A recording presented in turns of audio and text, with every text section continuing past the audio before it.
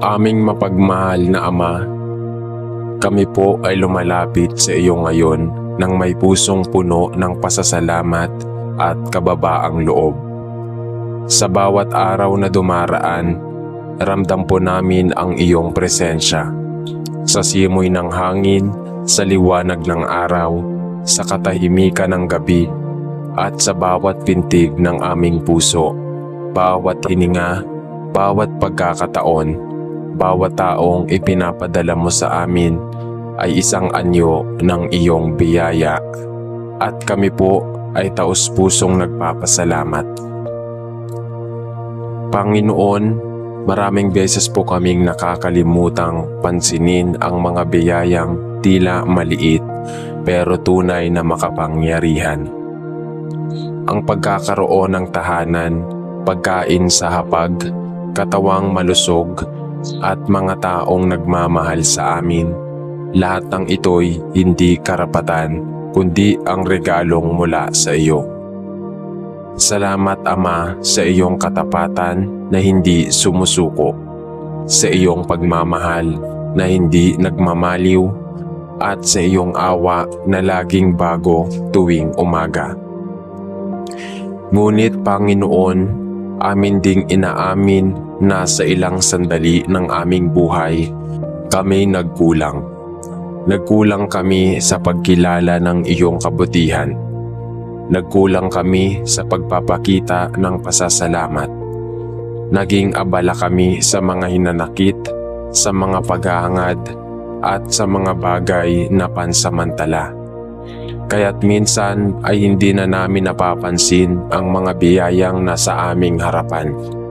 Patawarin mo po kami, at sa aming pagkukulang, kami po ay humihiling ng bagong puso, pusong mapagpasalamat, pusong marunong magpahalaga sa mga simpleng bagay, pusong handang ibahagi ang biyayang natanggap sa kapwa.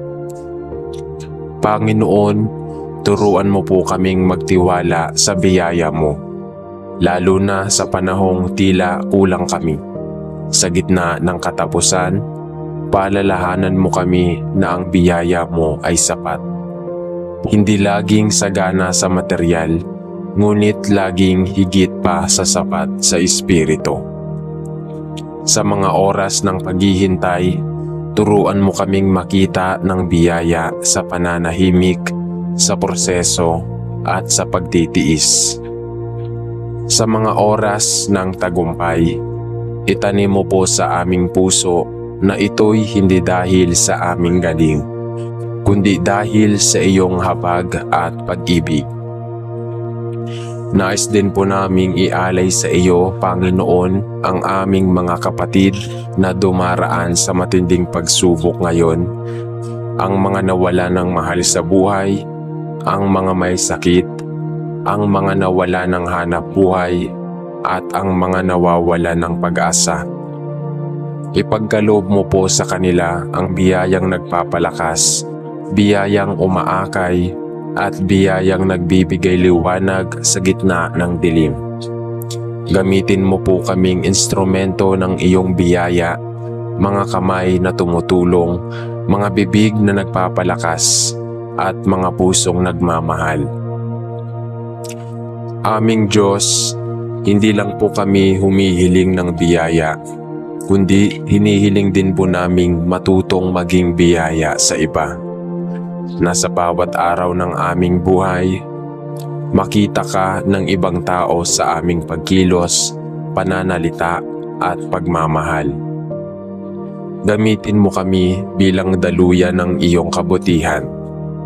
At sa bawat takbang ng aming paglalakbay, tulungan mo po kaming hindi mawala sa landas ng iyong inihanda, kundi manatiling tapat, mapagpakumbaba, at masaya sa pagtanggap ng lahat ng biyaya, maliit man o malaki. Ito po ang aming dalangin sa pangalan ng iyong anak na si Jesus, ang pinakadakilang biyayang kailanmay natanggap ng sangkatauhan. Amen. Aming Amang nasa langit, muli po kaming lumalapit sa iyo ng may kababaang loob at pusong bukas sa iyong pagtuturo. Salamat po sa lahat ng biyayang walang patid, biyayang nagmumula sa iyong puso ng pag-ibig, biyayang bumabalot sa amin sa kabila ng aming mga kahinaan.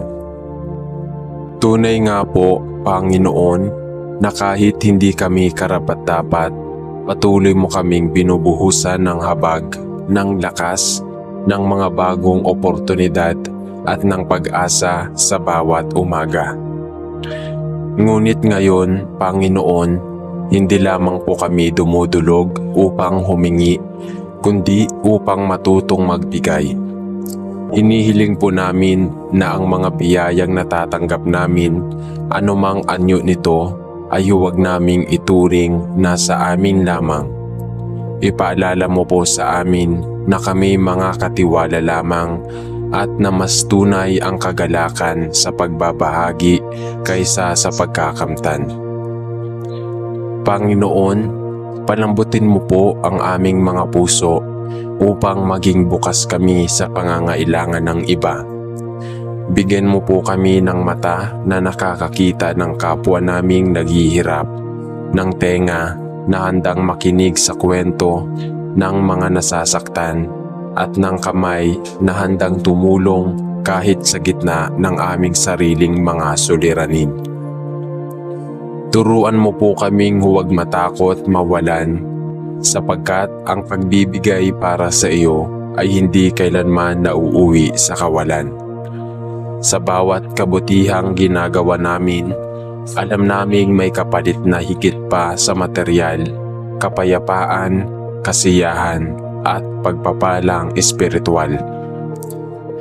Ituro mo rin po sa amin na ang pagbabahagi ng biyaya ay hindi lamang sa pamamagitan ng pera o bagay, kundi sa oras, sa dasal, sa pagpapatawad, sa pangunawa, at sa simpleng presensya sa panahon ng pangangailangan. Gawin mo kaming ilaw sa kadiliman ng iba. Sa pamamagitan ng aming pagkilos, sana'y maranasan nila ang pag-ibig mo, O Diyos, na ikaw ay hindi malayo, kundi kasama sa bawat takbang.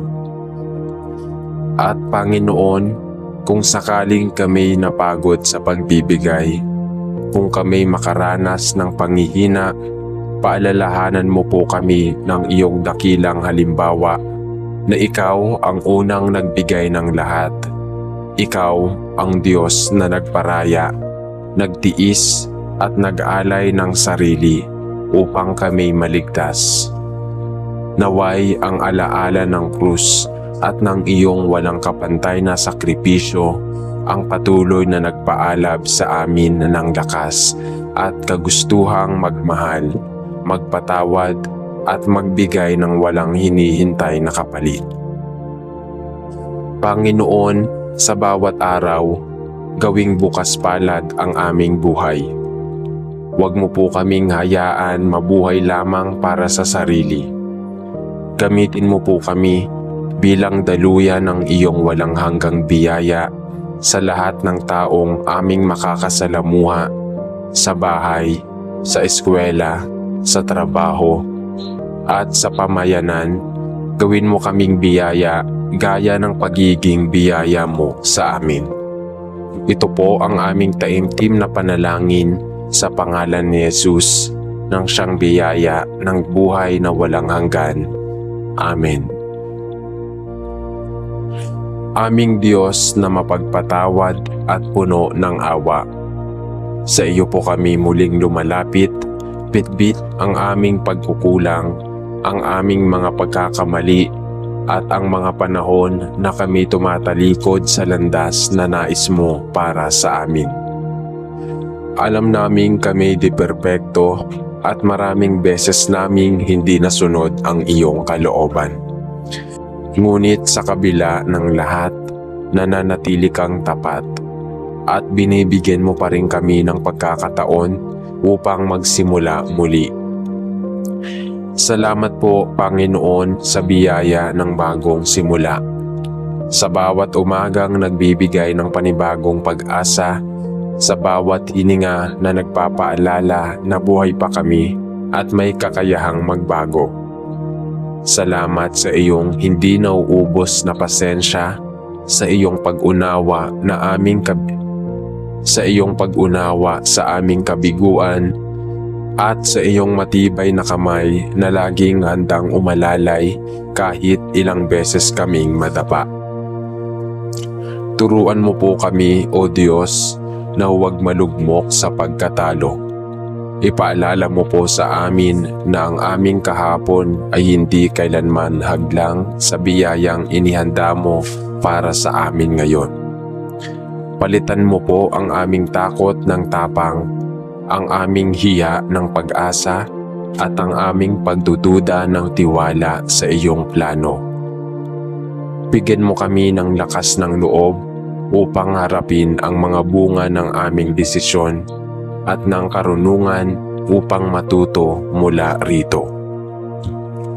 Panginoon, bigyan mo rin po kami ng puso na nagpapatawad, hindi lamang sa iba, kundi lalo na sa aming sarili.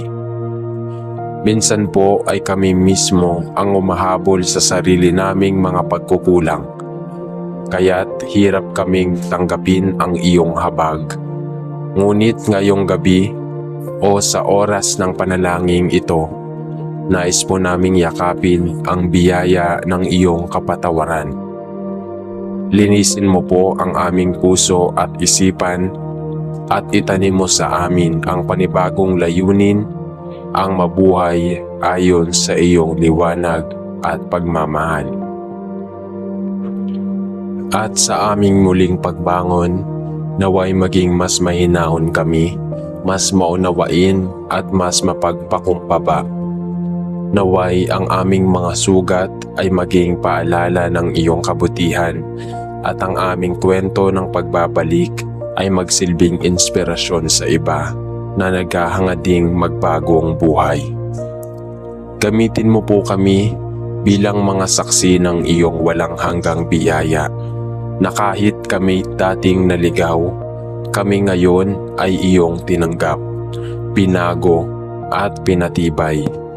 At sa bawat takbang namin sa bagong simula na ito, naway hindi na kami lumayo sa iyo, kundi lalo pa kami lumalapit. Sa ngalan ni Jesus, nang siyang aming gabay at tagapagligtas, ito po ang aming panalangin. Amen. Aming Amang nasa langit, sa oras na ito, kami po ay lumalapit sa iyo ng may pusong pagod at nangihina, dala ng mga suliranin at bigat ng buhay na tila walang katapusan.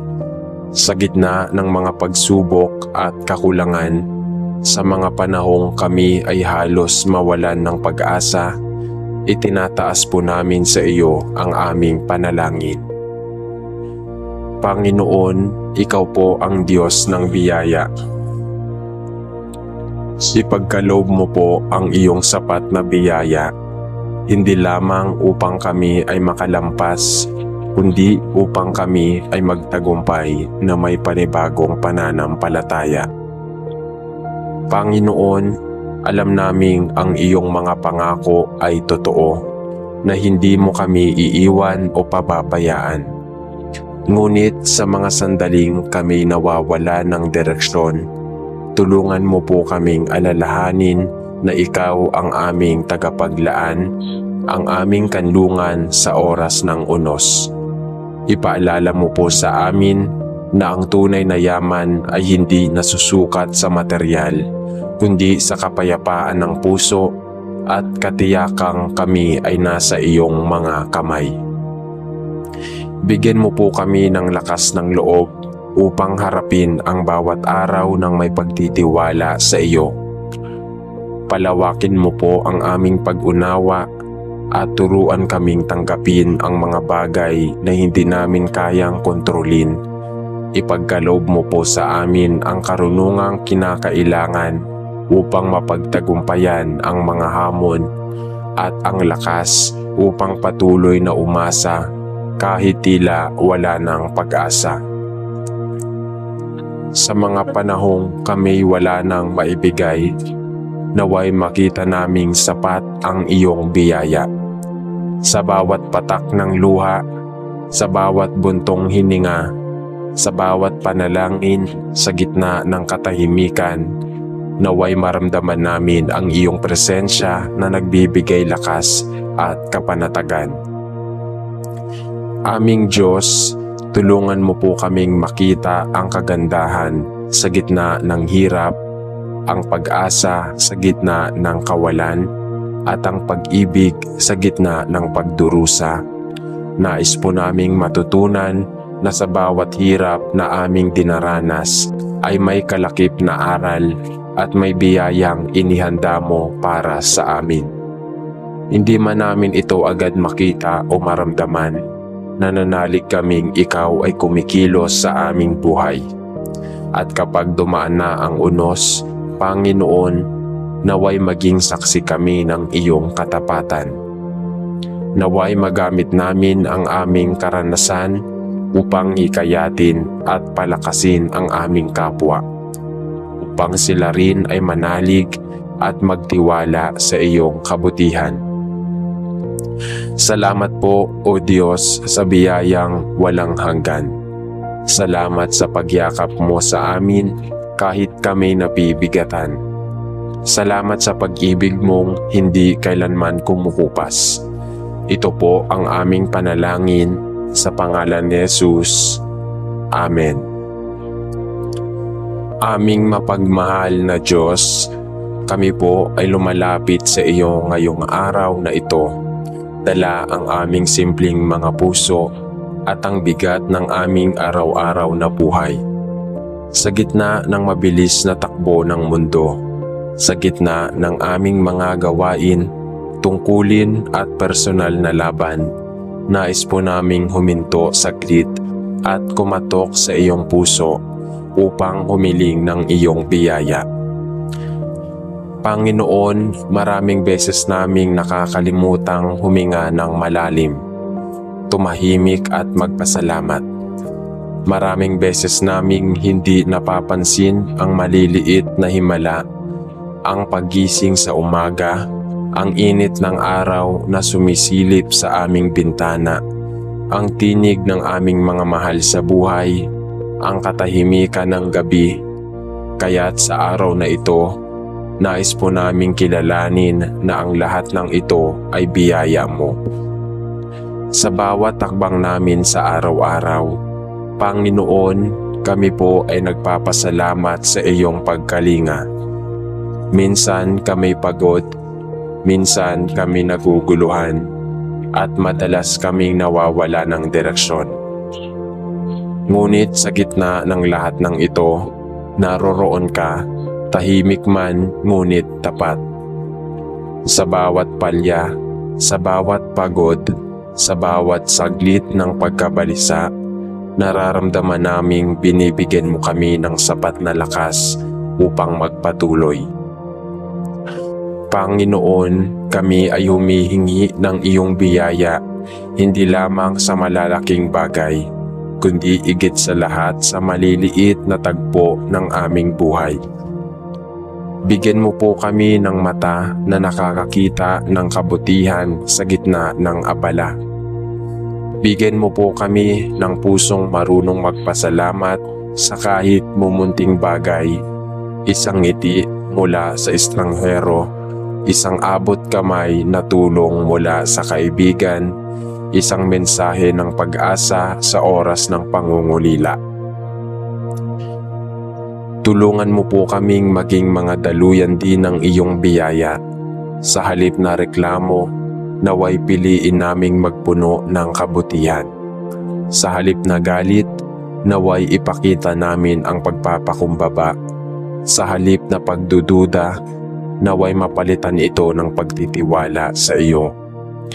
Gamitin mo kami bilang liwanag sa iba, isang simpleng paalala na kahit mahirap, kahit magulo, may Diyos na laging nandyan, may biyayang hindi nauubos.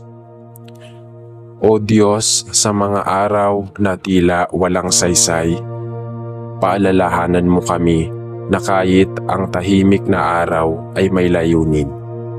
Sa bawat paggawa namin ng mabuti, sa bawat pagpili naming huwag sumuko, sa bawat sandaling tumatahimik kami para manalangin, nandoon ka.